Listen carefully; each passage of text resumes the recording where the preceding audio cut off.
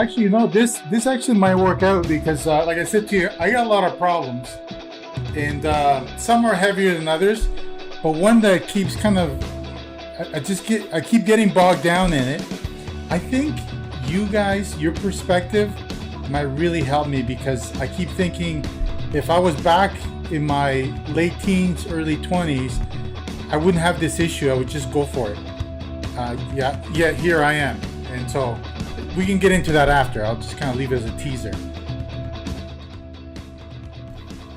Hey, you're listening to Sam and Anne Solve the World's Problems. We have so many problems, you guys. Speak for yourself, Sam. Okay, well today we're talking to Alfredo Zelaya Martinez. Yeah, he's a really great friend of ours. He lives in Canada and he's awesome. Yes, in this episode we're going to chat with him about how he came to live in Canada and his journey from El Salvador. Yeah, and talk a lot about why it's important to be vulnerable with each other, to build relationships and build community. Yeah, we're also going to touch on what it can feel like to be in a rut sometimes in life, no matter what life stage you're in. Yeah. Yeah, so I hope you enjoyed today's episode. We really enjoyed the conversation. We hope you get even half as much out of it as we did. Yeah, so without further ado, welcome to the podcast, Alfredo. Oh, disclaimer. This episode is actually being released early. Yeah, we're still so excited for you to meet the guests we talked up so much in last week's episode, and you will. But due to some technical difficulties, that episode will be released later on in the season. Yeah, so stay tuned. So, welcome to the podcast, Alf. It's great to have you here, and we're so excited to have this conversation. Yeah. Been looking forward to this one in particular for a long time. I guess we should start it off with how we know you and a bit about who you are, so we can tell the audience about who you are and how we know you. That was really well put. Yeah, thank you. Do you remember when we first met, Alf? I'm not sure I can pinpoint, simply because we've crossed paths several times, and I don't know what the origin story is. I think with Emily it's a little clearer. I think I was invited back to Australia for Tiona reunion. I think it was my second time back, and so that was I think the first time we met. And at Sam, that same camp, one of the vivid memories I have of you is when we had the beach games. I remember I'm very competitive, and I remember we were racing.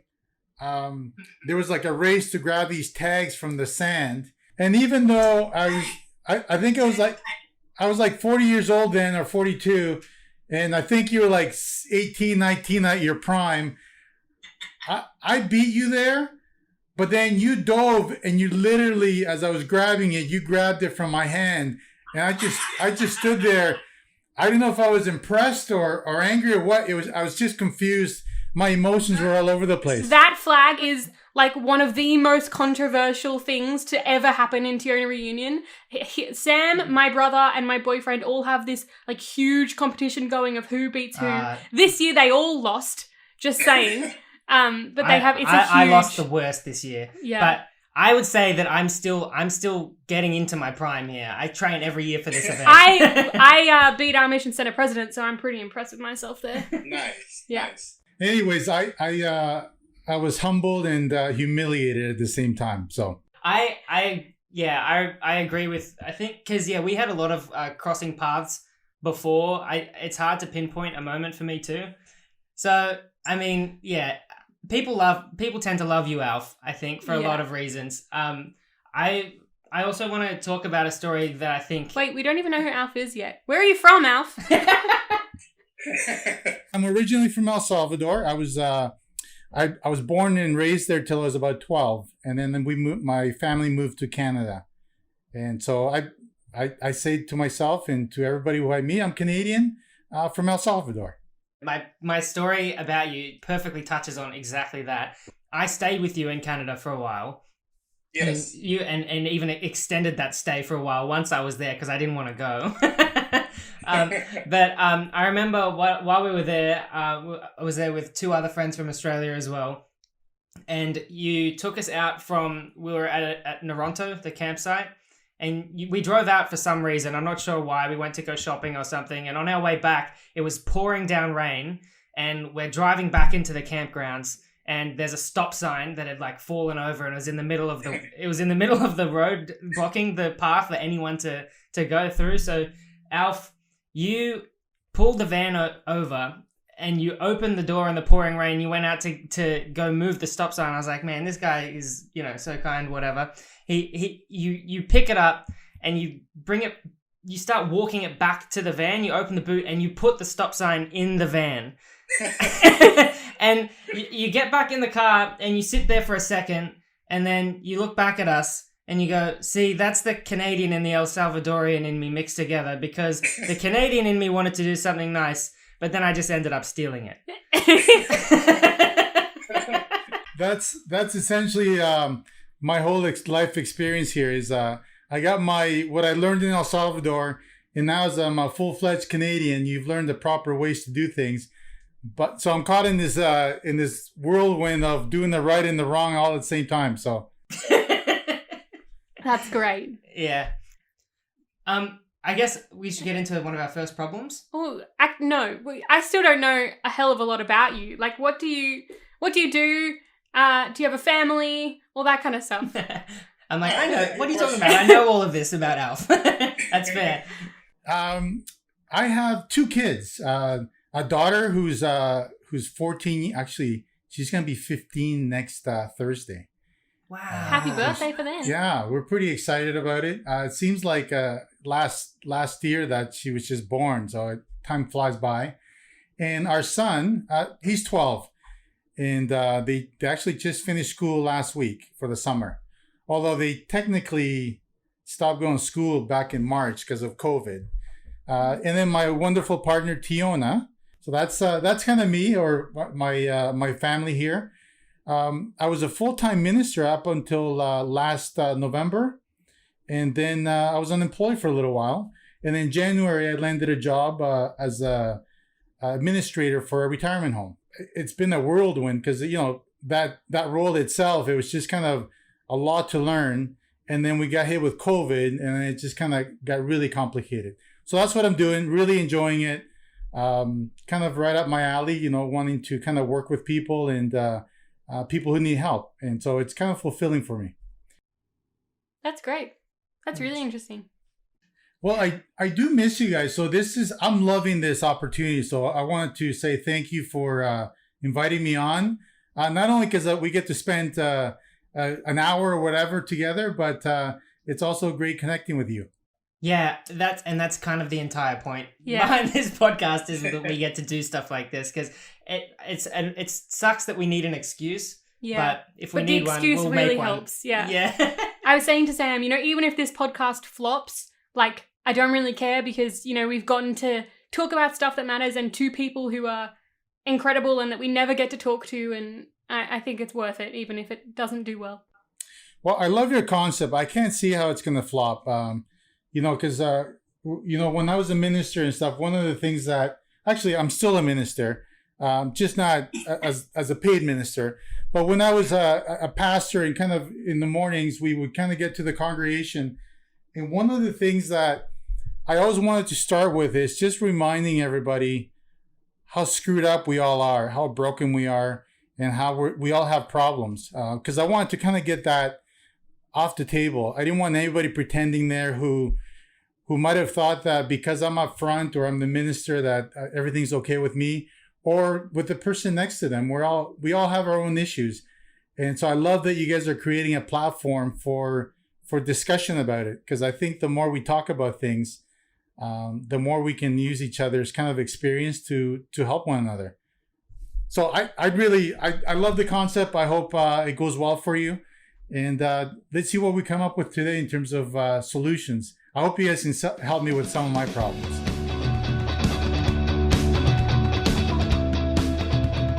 So speaking of problems, let's get into the first one. I think something that I get questioned a lot about is, why do you still do that?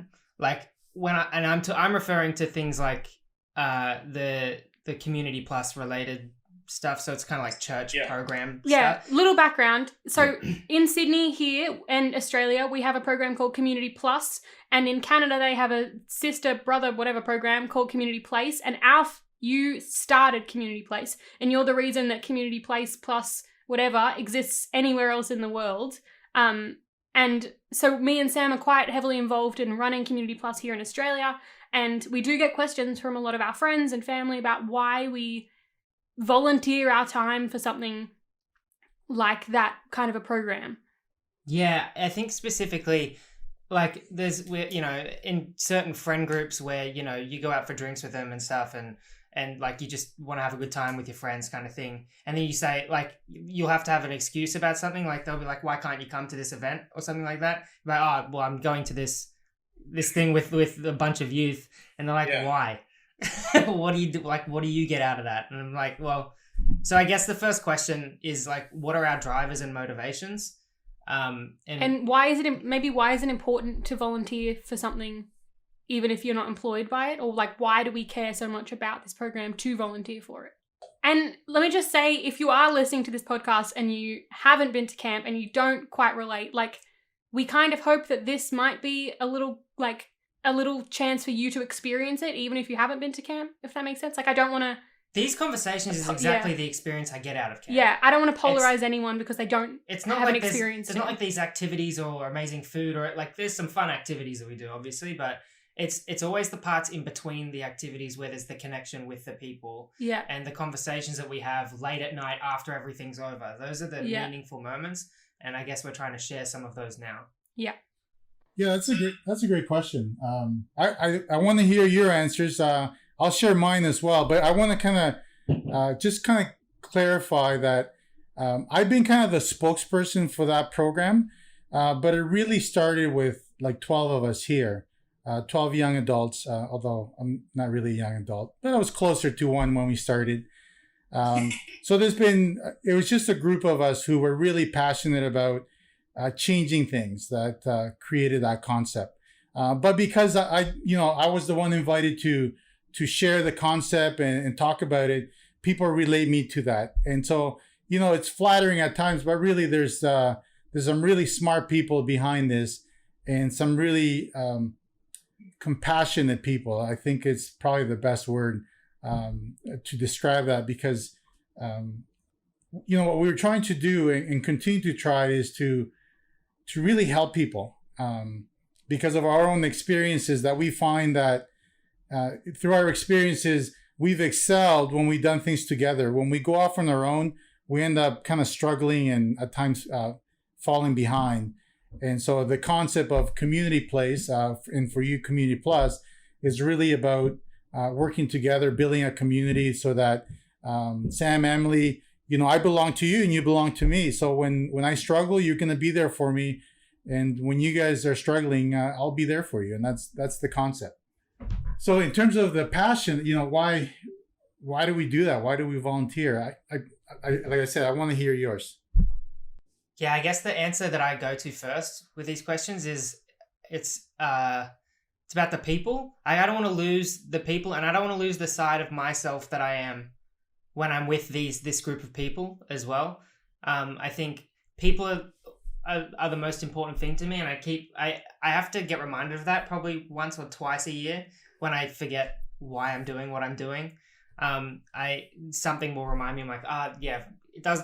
Nothing else matters as long as I'm with the people that I guess are important to me. So I guess I learned a lot of these values through programs like this, and I'm really passionate about continuing this program because I think it can continue to have that impact on people. And I think now more than ever, people need a program like that. And so I guess I'm still really passionate about providing that. And that's why I still do it. Sometimes it gets really hard and I forget. Yeah, I think I'm the same. Community Plus is kind of like, for us in Sydney at least, it's kind of like focused on the youth and young adults and sort of ministry for them. And I kind of do it, like I love doing it, and I am my best self when I'm running youth activities and running camps, and I just love who I am when I do it. But I also, like, I know that I am who I am because of all the camps and all the ministers and all the people who shaped me through church, like when I was growing up. And there wasn't even a youth program. So I kind of like, I want to keep that going because I want people to continue to be shaped by that and continue to have those experiences and people who support them that aren't their family. And so I'm really passionate about that, the community aspect of it. I like what you said as well about like you love that version of yourself when you're there. Because I find so often I don't when I'm not there. Like I like when I'm struggling to get to sleep at night or something like that. It's like that existential kind of thing. Like, what am I doing? Why aren't I doing the things that it's like when I have time to actually be involved and I'm not, stress city the whole time, then I love who I am. Like when I did my trip to America 2 years ago and I just sort of I didn't couch surf. I had very specific people who I was staying with, but I just kind of, just like camp hopped for 6-7 weeks. And I literally was the best version of myself ever there because I didn't have to run these camps. I just got to go to them. And it was like if I could pinpoint how to be that person now, I would, but it's difficult. Yeah. It's a different situation. It sounds like we have very similar stories, although because you're in your mid-20s and I'm not. My story goes a long way back, but it's the same story. I was moved from Canada to El Salvador. I was 12 years old. So I was going to junior high camp, the same kind of camps, just a different age. And, I was lost. I've never really experienced love in the same way, that I was just, it was such a wonderful experience for me. But then it was only at camp. I went home. I came home went to school and everything else, and everything would go back to the same and normal, until I went back to camp again. And I found myself that the more I went back to camp, the stronger I got in being that person, to the point where I think I was in my mid-teens, late teens, where I finally left camp. And I was able to be the person I was at camp at home. And then I became this one person that I don't want to say I fell in love with. It was satisfying to be that person all the time. I didn't have to be somebody else. I think you can say that you loved yourself. I think that's kind of good. If you can say that, that's awesome. Yeah. And so now, when you finish camp, all of a sudden you're no longer a camper. What do you do now? And back in those days, the way the church was organized, there weren't really that many rules in terms of you can't come back. And so I was allowed to kind of be on staff at an age where not too long ago you weren't allowed to. So I was kind of given that ability to be back as a staff.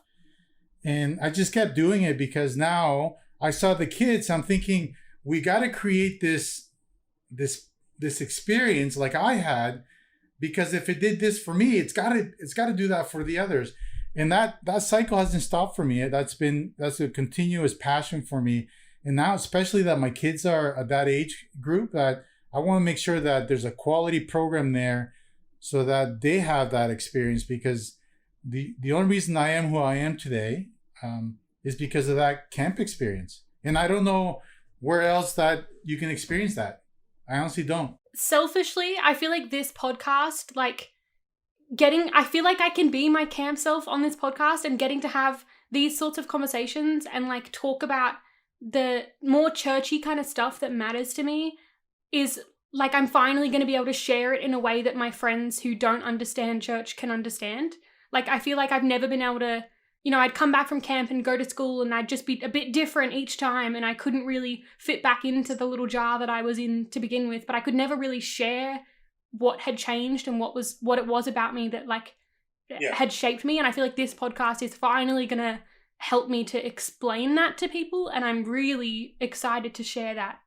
I'm interested in getting your perspective too, Alf. You mentioned before, when you went to camp, you were able to experience love in a different way than when you came back home. And do you think you were able to articulate why that might be? When I look back, it's actually, my mind is really simple. So I don't know. I'll try to kind of explain in a way that might come across as articulate maybe, or clear.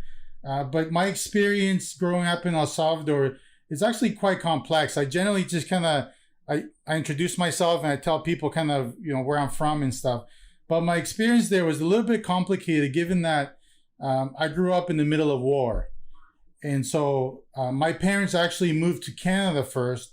So we lived in El Salvador for about 3 years without our parents. We stayed with our grandmother. And as a little kid, it wasn't as traumatic as I'm trying to make it come across, because it wasn't. It was more as I reflect back to know that, hey, not having that connection with your parents could have been detrimental, especially during the time of war, because some of the activities that I was involved in, obviously I went to school and everything else, but I was this was like 8 years old to like 12 years old, and so I hated school, so I would show up to school, and then I would, as soon as attendance was taken, I would leave school and just play hooky, just kind of do stuff. And there was this concept that, I don't know how dark I can get here. The military in El Salvador had been trained to go out and kill people at night who they suspected were involved in politics or in some of the stuff that was going on down there. And so every morning as a kid, I would wake up and we would go down the street to find out who got killed that night. And because at night you hear gunshots and everything else. And, as a little kid, you would go down the street and there somebody was, because they would make sure that they were making examples of these people. So they would kill them and then put them on the streets. And they would often be naked, gunshots and all that kind of stuff. I remember taking a bus to school one time, and the bus is going over a bridge, and there they were, like five, a family of five were hanging from the bridge, just kind of naked and stuff. And so as a kid, as I look back, I'm sure there's stuff there that someday it's gonna show through, that something's gonna happen. I'm sure of it. But if it doesn't, it's because camp. So when I moved to Canada, I didn't have what I noticed here, I've experienced since, and even what I express with my kids. I'm constantly reassuring them how we feel about them, that we love them. We're showing affection by hugs and kisses, that kind of stuff. I never had that. The first time I remember being hugged or kissed, not romantically, was at camp. And so if you can imagine this 12-year-old boy coming to camp and all of a sudden getting this like super warm embrace and this continuous flow of affirmation, it just blew my mind. I never experienced that. It was just foreign to me.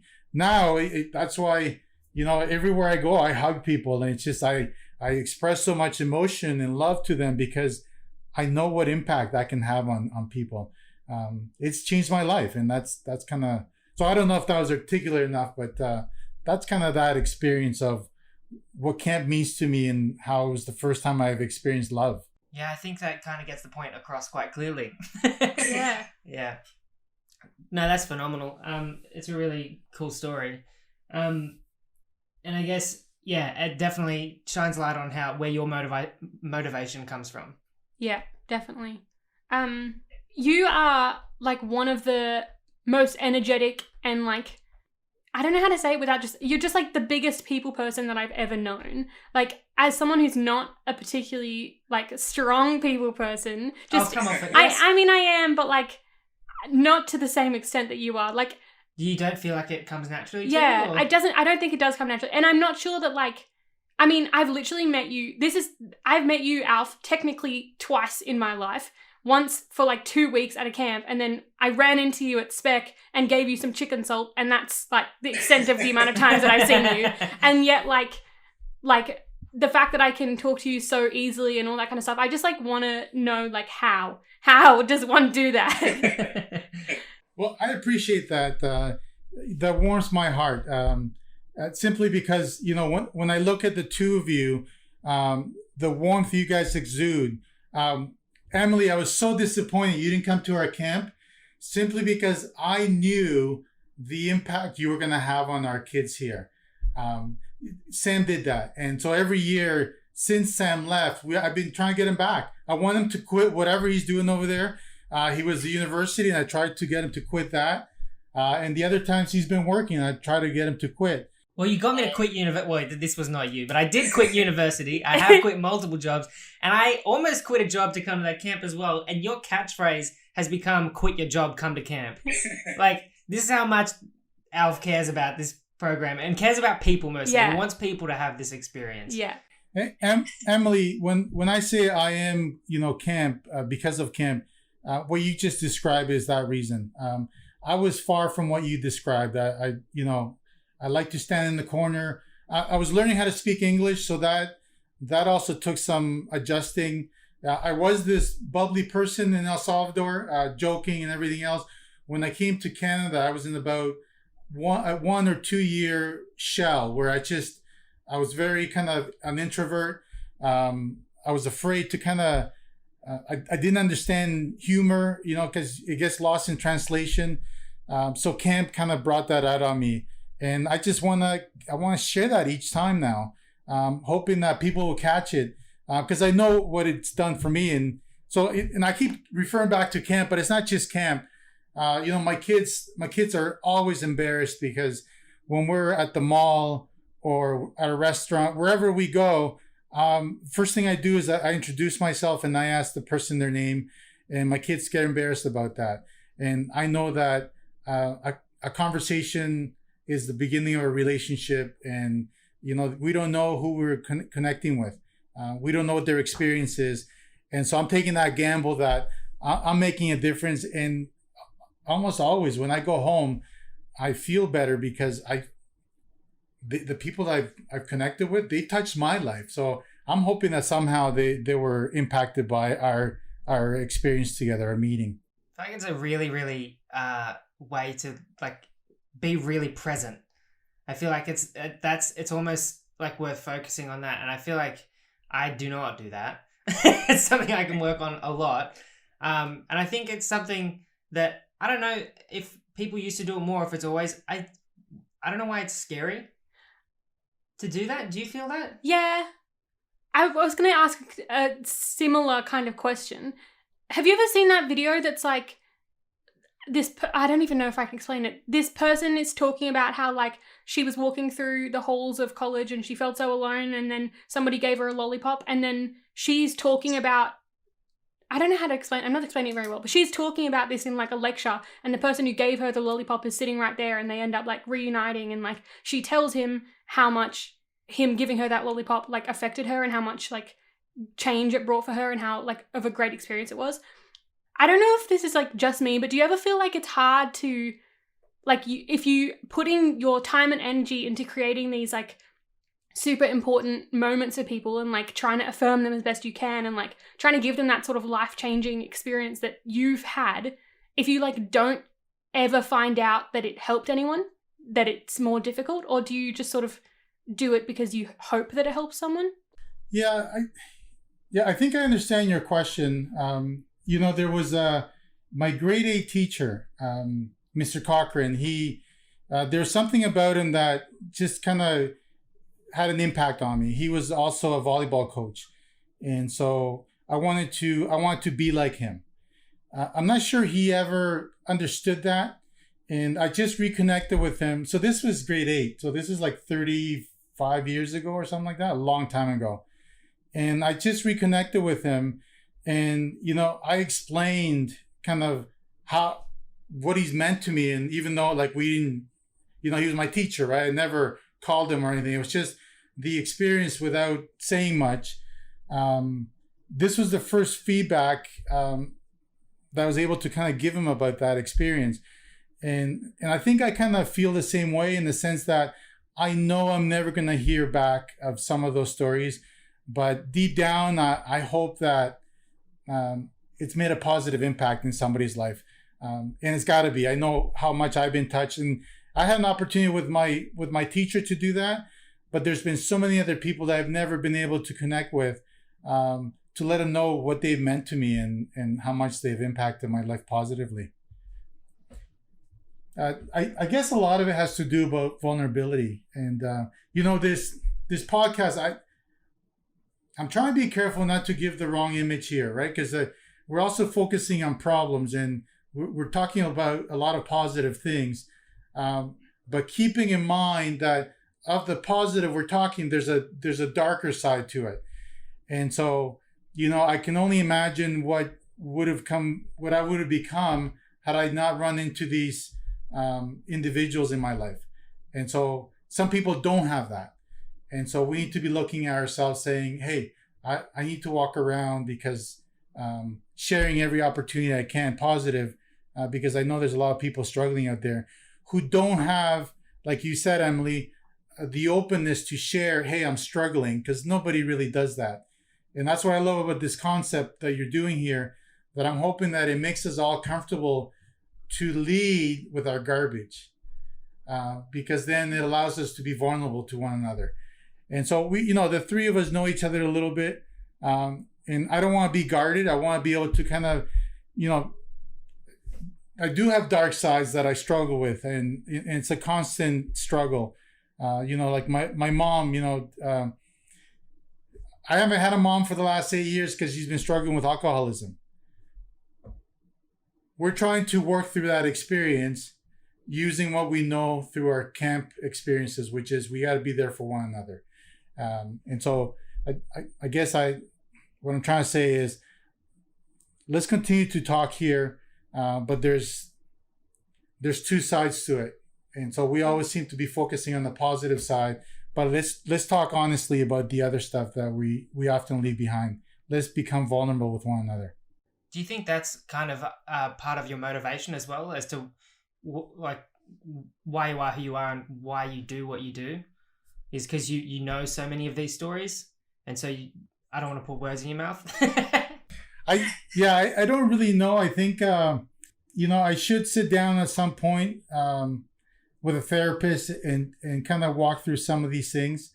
As I continue to try to relate to my kids, I can only go back to my own experiences, and I have a lot of dark experiences, and so I express those as much as I can to them, so that they can understand some of the background for that emptiness that I sometimes feel. And maybe that's my motivation, is trying to fill that emptiness inside. I don't know.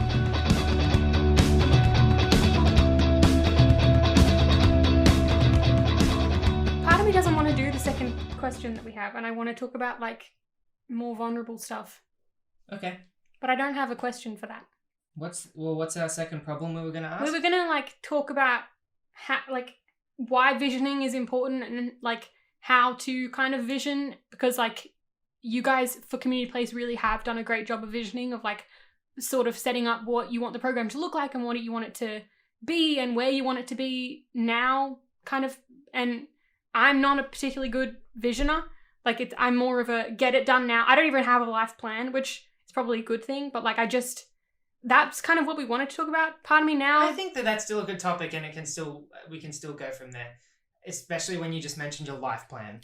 Yeah. I think because now in particular, I'm 25, so I feel the pressure more and more every day, of feeling like I need to know who I am and what I'm doing. Do you know that? Yes and no. I mean, I do. I'd like to know who I am and what I'm doing, but I'm the biggest planner in the entire world, but I don't have a life plan. I've never Are you comfortable with that, or do you feel like you need one? No, I'm fine. Oh, okay. If my 16-year-old self thought about where I was now, I probably would have thought that I'd be moved out and probably finished uni and getting a job. But as much as I'm I'd love to move out and I'd love to be finished uni, it doesn't really bother me that I haven't. I'm excited to start the next chapter, but I'm I'm happy with where I am now, and I don't. Maybe this is where maybe I tell you a little bit of my problem that you guys can maybe help me with.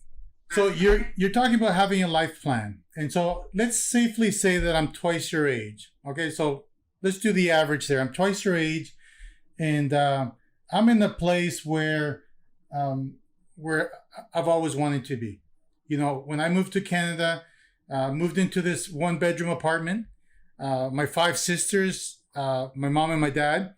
I slept on the floor in the dining room, and I did that for the next 20 years after that. And so it got to a point where all my sisters got to be adults, married off, went off to school, and just kind of left home. And then it was just my mom and I. but then I continued to kind of sleep on the floor. There's been this little thin foam mattress that I've always had, and my sister actually made a cover with her sewing machine for it. And it was my bed for 19, 20 years. As a matter of fact, I only moved out because Tiona and I got married, and she didn't want to move in with my mom and I. So we had to get our own place. So that's kind of that was my experience kind of growing up, going through school, getting in my mind, here's what I want to do, get a job, graduate, do those kind of things, have a family. And so I've kind of reached those goals. I got married, have a family. I'm quite happy with that. My problem is, and it was highlighted about 8 years ago. 8 years ago, my sister passed away from cancer. She battled cancer for about 7 or 8 years. She was 40, I think she was 41 when she passed away. And it was the kind of experience where, I don't know if it was a blessing, if you want to take a bad thing and turn it into a positive, in that she knew she had about a year left. And so not many of us are going to get a chance to kind of understand that, to know when how your days are numbered. But she was able to kind of put a list together of things she wanted to do. And somehow through this experience, I guess you get a great deal of clarity about the meaning of life. And she certainly had it. She came to terms with a lot of things. And because we were all connected, I was part of that experience. And I still remember her last few moments. And even to the point where, so it was down to her last moments, we were just by her bedside, and she just kept fighting and fighting. And then she said, just so you know, I left you a recorded message on your phone. And I said, okay. She was on a kind of on heavy oxygen, so it was difficult for her to speak in those moments. But then I listened to those words later on, and she was trying to describe to me that I can't spend any more time wasting it on the things that I'm doing that I'm not happy doing. And so that kind of is still in my head, where it's there. I have this, and not just myself, my partner Tiona and the kids, we often talk about what we want to do. And we talk about different adventures. We live in Woodbridge here. We have our home here. We have a recreational property that we go to. We're quite settled, but it's not where we want to be. We know that life is too precious to kind of continue in this routine of going to work, coming home, dinner, whatever, sleep, the next, and repeat, right? That's the process we're in. That's the cycle we're in.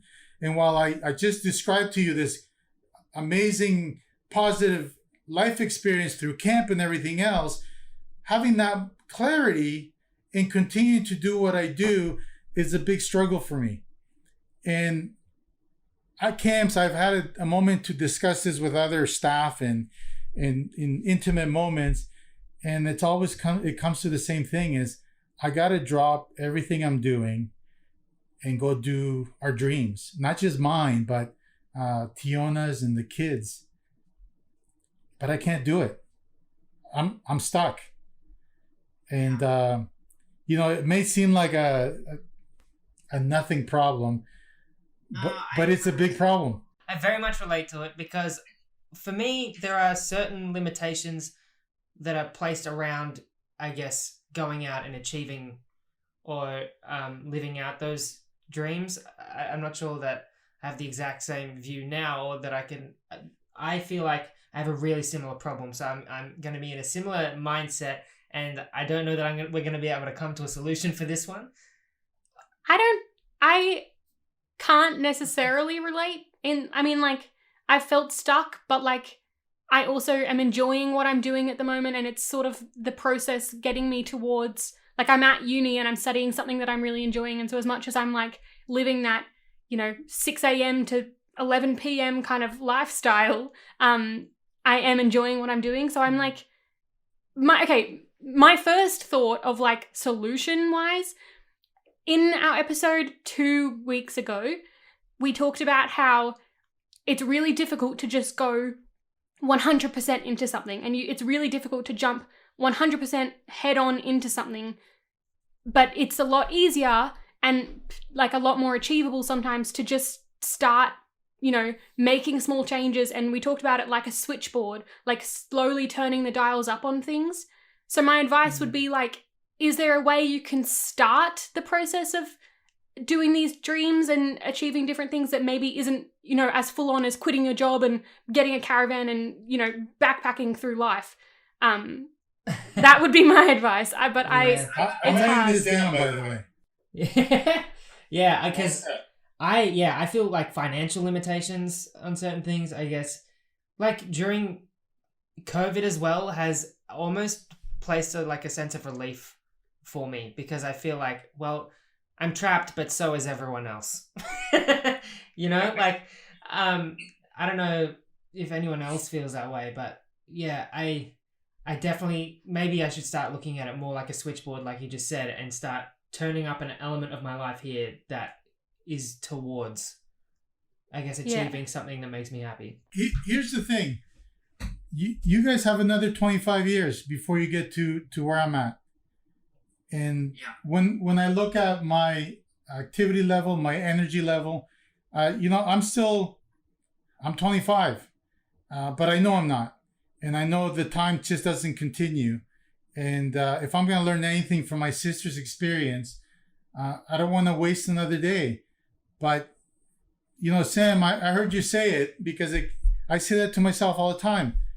This whole financial thing, that's just an excuse. The job thing, that's just an excuse.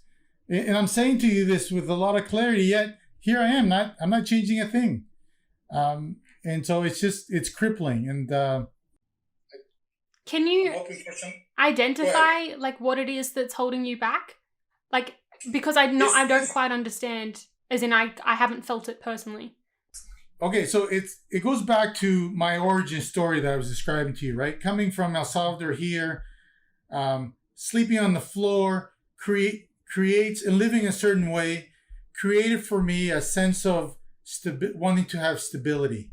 And so everything I've ever worked for, I've been fairly responsible in my growing up, because I had my opportunity to be responsible in El Salvador. There's some crazy stuff that I was able to experience. So here as a young adult and an adult here, I've been just I've had the opportunity to be responsible.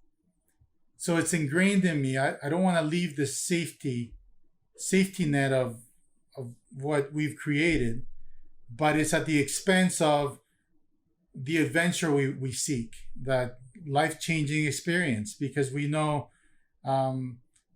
everything I've experienced tells me that this is what we have to do, but I just don't have the courage. It sounds lame to say it like that, but I guess I'm saying I'm too scared to do it. And maybe that's what it is. I can excuse it every other way, but that's really what it comes down to. I don't have and not just me, we're talking about my partner, Tiona, and the kids. And it got to the point where now it's just me, everybody else is on board, and I'm holding everything back. Yeah, I mean, like I've said it already. I feel like I'm in the same boat as you right now. So I guess what I can find comfort in now is that once I've lived another 25 years, probably it's going to feel the same. Yeah, I was just thinking, it doesn't feel like a problem that we can solve. And so I guess it's more about, I think, honestly, it's probably a good approach to treat it like a switchboard, and turning up the elements of my life that I do get joy out of, kind of thing, like. So Emily, what you said resonated with me simply for this reason. 3 months ago, was it March, COVID started. And so it's forced us all to, I still had to go to work because essential work, right, with the retirement home. But when I've come home, it's been, everything's been highlighted with our kids. The things they want to do. Kids are always saying stupid things, crazy things. And that's how I used to hear them. But now they're a lot clearer. When they're saying that, I feel like they're screaming at me saying, help us experience life in a different way. That's what I'm hearing. And so slowly, like you're talking about small steps, slowly we changed that.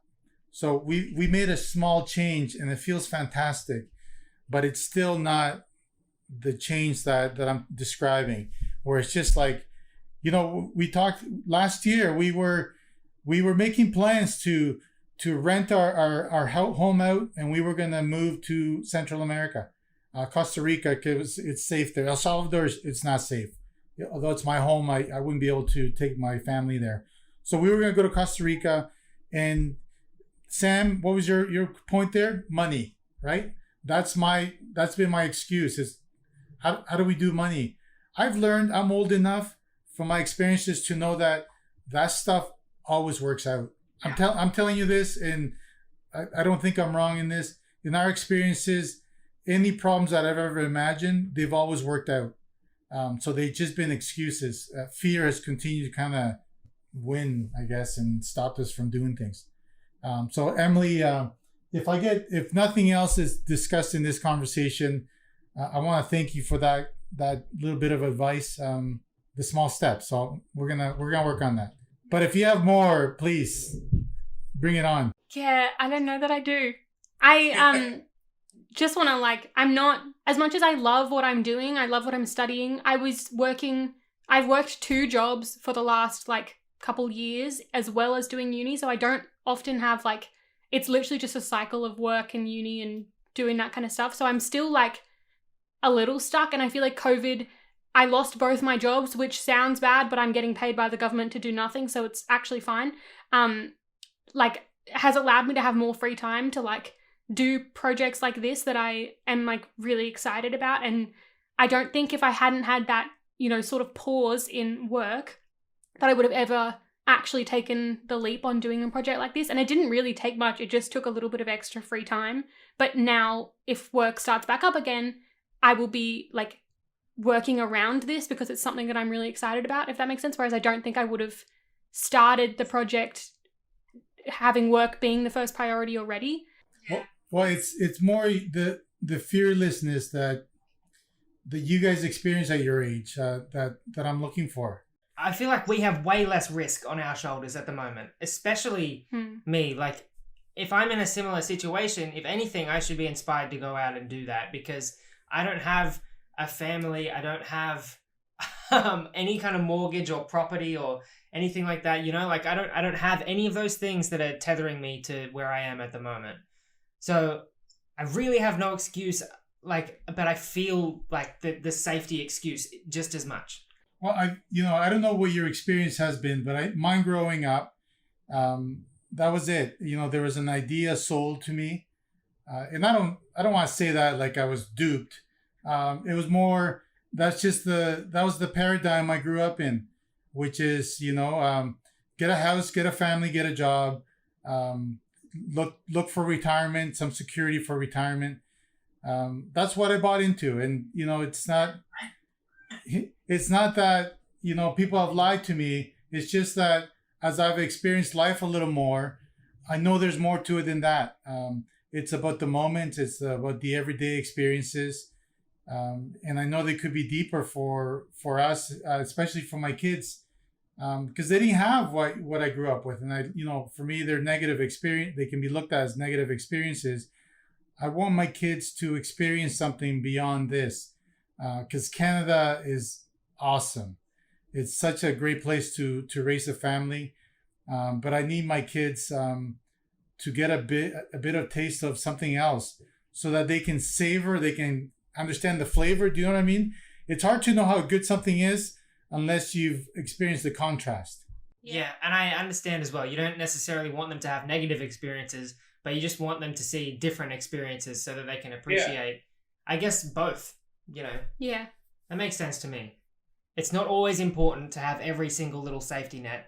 I think sometimes you got to take risks, right? Yeah. But also take a little bit of comfort in the fact that you're clearly not alone.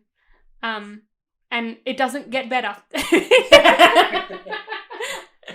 Thanks, Em. Appreciate it. Good problem solving. I don't know who's going to listen to this, but if when you put it out there and there's somebody listening and they can relate to this, please connect with me. I've never been able to do things on my own. I've always been a community guy. I like to surround myself with amazing people, and I need help here. And so anybody out there that this is resonating with, reach out to us, and so we can work on something special together. Yeah, definitely. Yeah. Be really cool to have a kind of community of people helping with all these sorts of problems.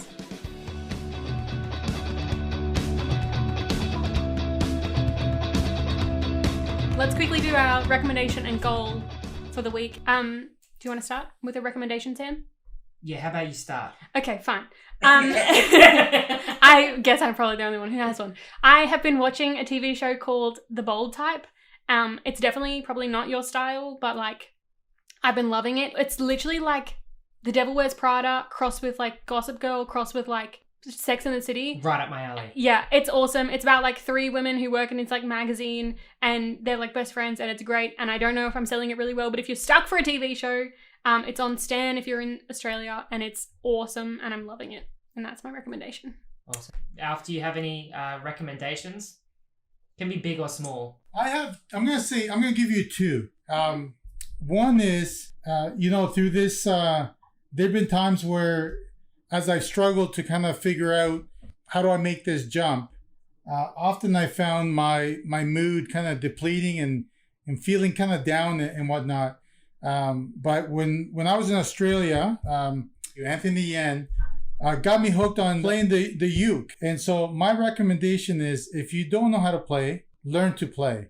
The ukulele, right? Yes. I'm still learning, but what I find is every time I'm touching that thing, as I struggle with it, there's a great amount of joy that exudes out of me simply because of the instrument. And so there's something about it that just brings out the love and happiness. So I would recommend that. In terms of TV shows, a few years back, I saw an ad on Instagram for Sense8. I think it's what it's called. It's on Netflix. Sense and the number 8. So like 8 senses. Sense8. I think it's what it's called. I hope I didn't get that wrong.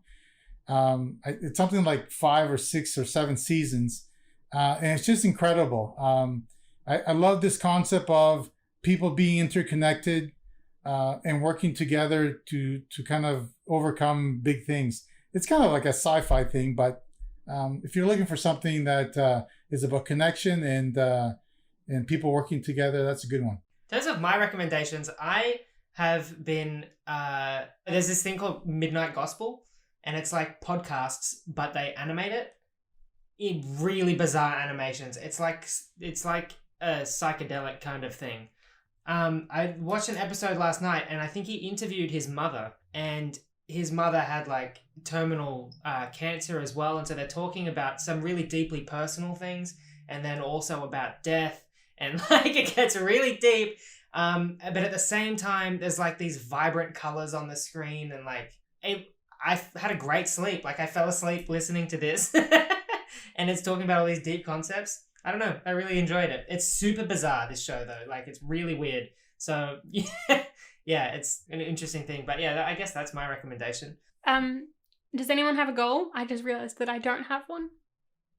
I guess I'm going to focus on what we've talked about in this conversation. Find that the different points on the switchboard that I can turn up that will increase, I guess. Not necessarily. I feel like we're like always focused on happiness, but just fulfillment. Don't have to be happy. I just want to, yeah. I like that term, fulfillment. Goal.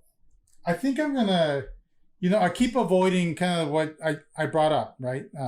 It's not the first time I've talked about it. This is the first time I've talked about it in public like this. But I think I need to do something. I keep bringing it up. I got to do something about it.